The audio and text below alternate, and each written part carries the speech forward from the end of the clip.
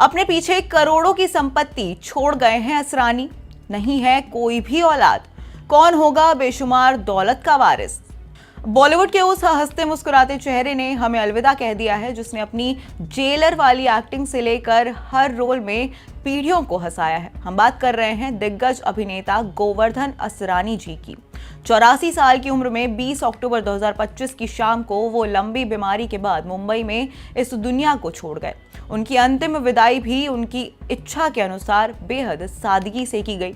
लेकिन असरानी जी अपने पीछे सिर्फ 58 सालों की शोहरत ही नहीं बल्कि करोड़ों की संपत्ति भी छोड़ गए हैं। ये इंडस्ट्री के लिए एक बड़ा सवाल है, क्योंकि अपने करियर में सब कुछ हासिल करने वाले असरानी जी बेऔलाद रहे हैं। तो कौन होगा उनकी इस करोड़ों की दौलत का वारिस? क्या है उनकी कुल संपत्ति का लेखा जोखा? आइए देखते हैं इस रिपोर्ट में। जेलर का किरदार हो या चुपके चुपके की कॉमेडी, गोवर्धन असरानी ने अपनी एक अलग ही पहचान बनाई है। 58 साल का लंबा और सफल करियर, 350 से ज्यादा फिल्में और इंडस्ट्री में बेहिसाब इज्जत। असरानी जी की यात्रा 20 अक्टूबर 2025 को थम गई। सोमवार शाम मुंबई के आरोग्य निधि अस्पताल में उन्होंने अपनी अंतिम सांसें ली। राजस्थान के जयपुर में एक सिंधी हिंदू परिवार में जन्मे असरानी जी की कहानी मिडिल क्लास से सुपरस्टार बनने की कहानी है। जयपुर के सेंट स्कूल से मैट्रिक्स, फिर राजस्थान कॉलेज से ग्रेजुएशन।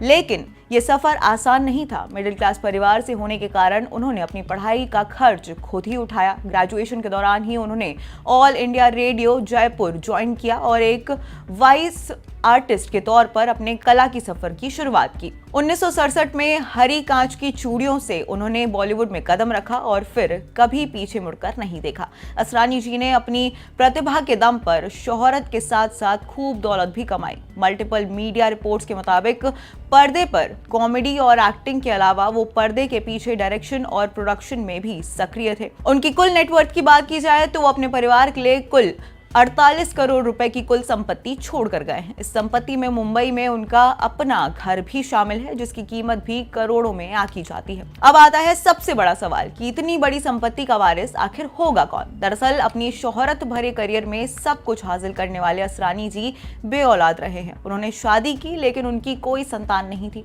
तो वही हिंदू सक्सेशन एक्ट के तहत अगर किसी व्यक्ति की कोई संतान नहीं होती तो उसकी संपत्ति पर पहला अधिकार उनकी पत्नी का होता है। माना जा रहा है कि असरानी जी की पूरी 48 करोड़ की संपत्ति और मुंबई स्थित घर अब उनकी पत्नी के नाम हो जाएगा। हालांकि यह भी देखना होगा कि क्या असरानी जी ने अपनी विल में किसी और रिश्तेदार या फिर ट्रस्ट के लिए कोई प्रावधान किया है या नहीं।